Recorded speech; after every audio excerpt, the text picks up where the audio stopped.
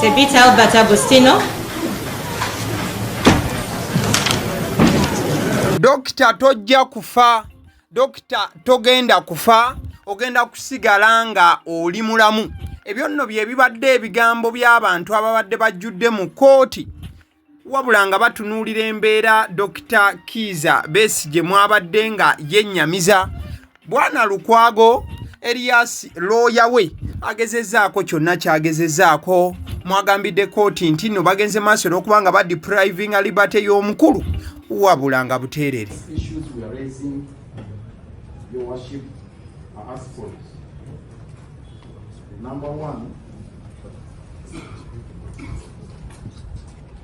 Your Worship, deprivation of liberty of A1 Dr. Kiza Besigye without any lawful justification, contrary to the provisions of Article 23 of the Constitution.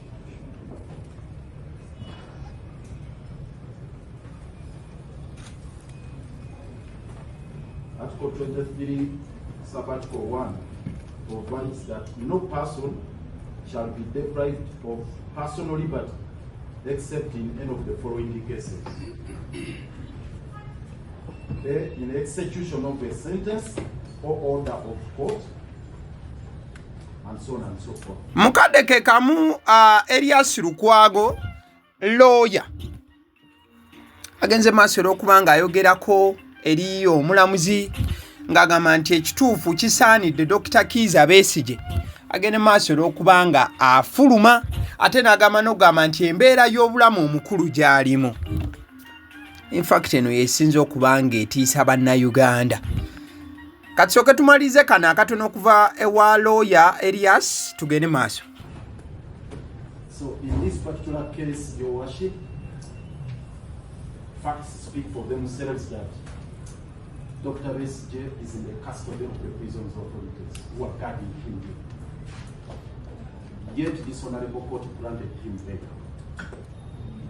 It's on record. Court granted him bail.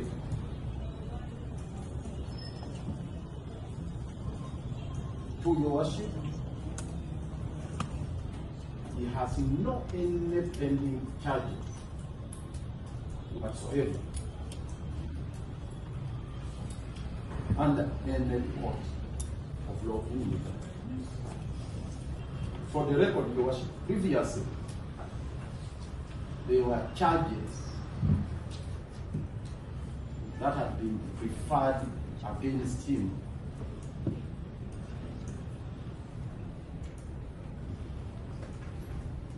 before. Kale byebyo nno ebintu bya nnaku nnyo nnyini ddala. Dr. Kiza Besigye aleeteddwa mu kaduukulu ka kooti n'asimbibwa maaso g'omulamuzi wali ku Buganda Road Chief Magistrate Court ng'omusango nneera ogubadde gumuleeseza olunaku olwaleero gwe musango gwe bagamba gwe yakola ne Samuel Lubega Mukaaku we baakwatibwa mu Kampala omwaka gwa 2022 ng'ensonga baali beekalakaasa olw'emiwendo gy'ebintu egyali gisituse era mwe baali bagambira bannayuganda nti bazuukuke olw'ensonga nti embeera yali nzibu nnyo nnyini ddala. Baloya ba Dr. Kiza Besigye abakulemberwa Elias Lukwago bagambye nti kooti terina kugenda mu maaso olw'ensonga Dr. Kiza Besigye embeera y'obulamu gyalimu mbi nnyo. Kankulage ku kifaananyi kino. Dr. Kiza Besigye bw'atyo bw'afaanana. Osobola okutambuza vidiyo eno n'ogizza gy'etandikidde. Dr. Kiza Besigye azze mu kooti nga n'amaanyi agayimirira matono ddala.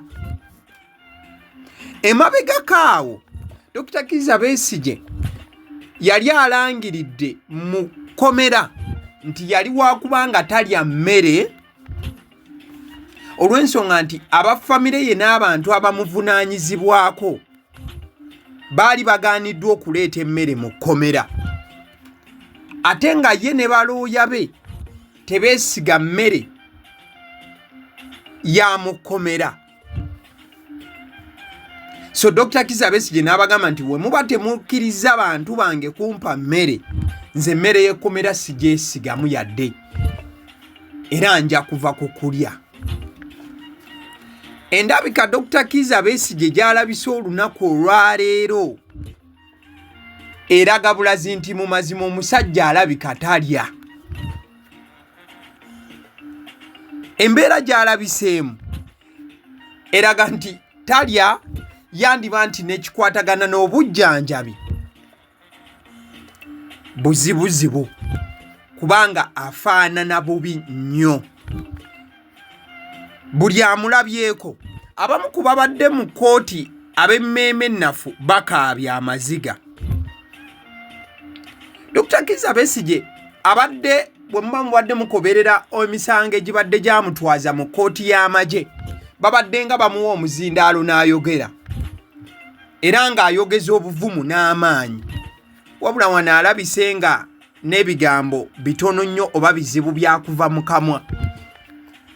Bw'abadde addizibwayo nga court session ewummuziddwa oba ewedde, abantu wewe batandise okuba nga bakuba enduulu n'okuba nga bamugamba ebigambo ebibadde bigamba nti tojja kufa dokita. Statement eyo ebadde nzito nnyo, ekitegeeza okusinziira abantu embeera gye babadde bamulabamu nga bamulabanga obulamu obumuwedde. Omu ku bannamawulire amulabyeko, mwana mulenzi oyo amanyiddwa nga Bula, agambye nti all hope is lost, it is only God. Esegeza nti essuubi lyonna liweddewo, ayina kuba Katonda yekka yasobola okutaasa obulamu bwa Dr. Kizza Besigye.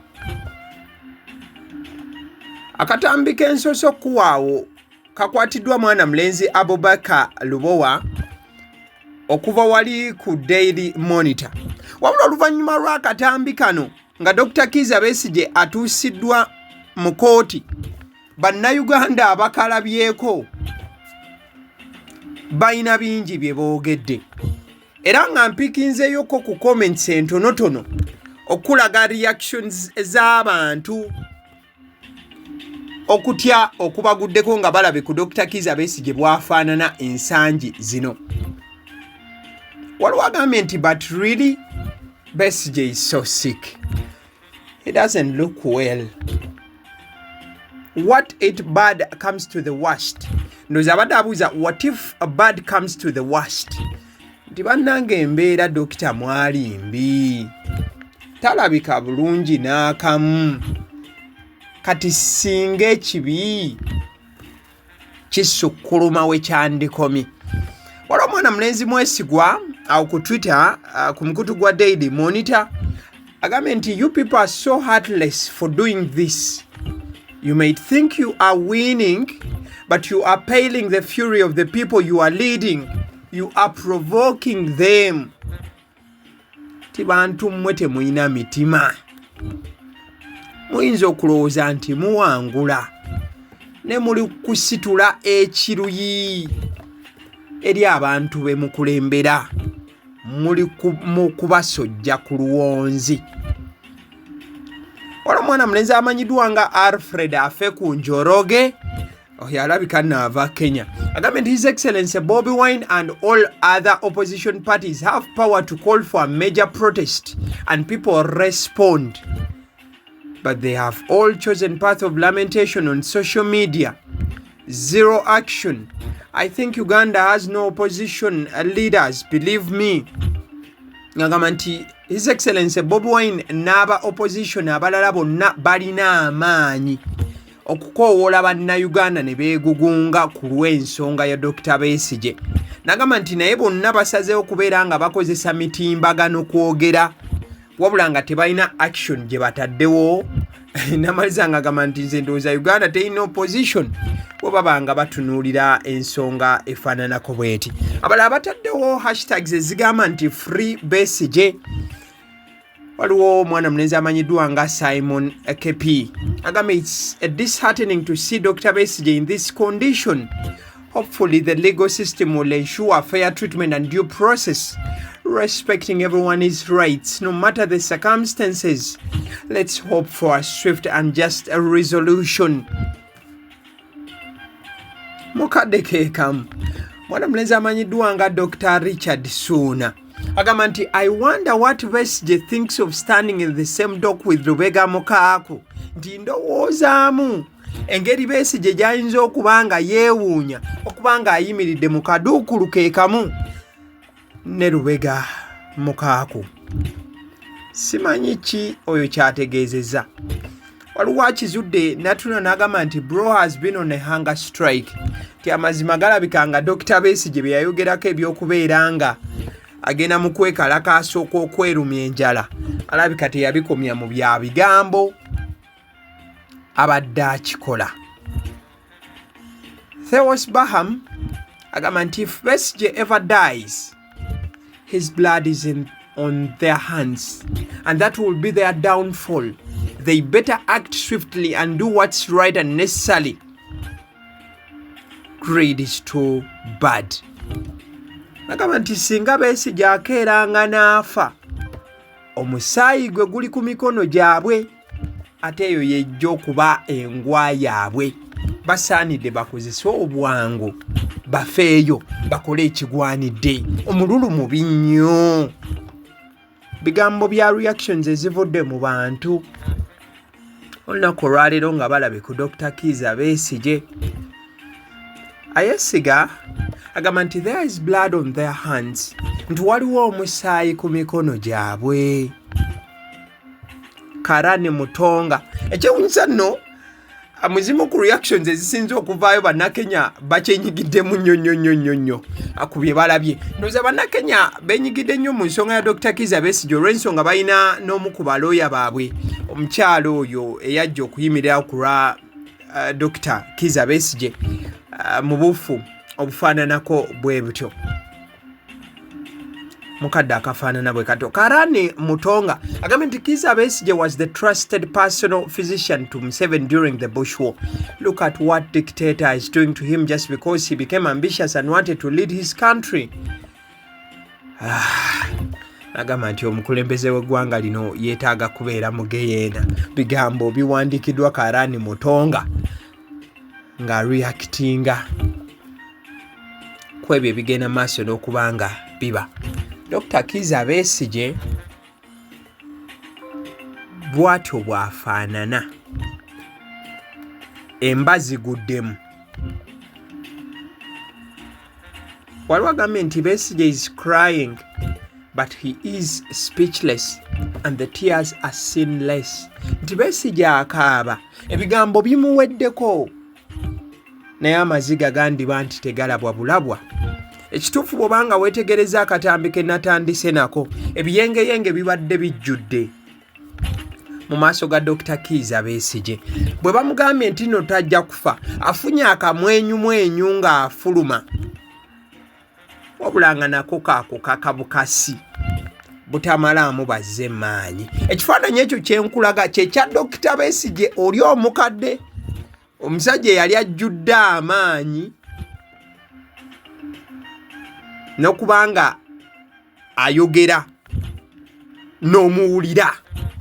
Omusajja yagambanga nti one Uganda, one people. Waliwo abagambye nti parliament Besigye is not well. Please just release the man and get treatment. Bataginze parliament ne bagigamba nti banaye mwe temulaba nti Dr. Besigye tali bulungi n'akamu. Agape Christian School lino lisangibwa Bwama ku Lyekatebo. Baviira ddala ku kindergarten P1 paka P7. Abasiddiyo omusunsuzi ly'eddoboozi lyange era nze ntudde emabega w'omuzindaalo. Information nga bw'eba ebadde bwe tugireeta nkulayirira tetugatta mu byaffe likinga video eno. Thank you so much.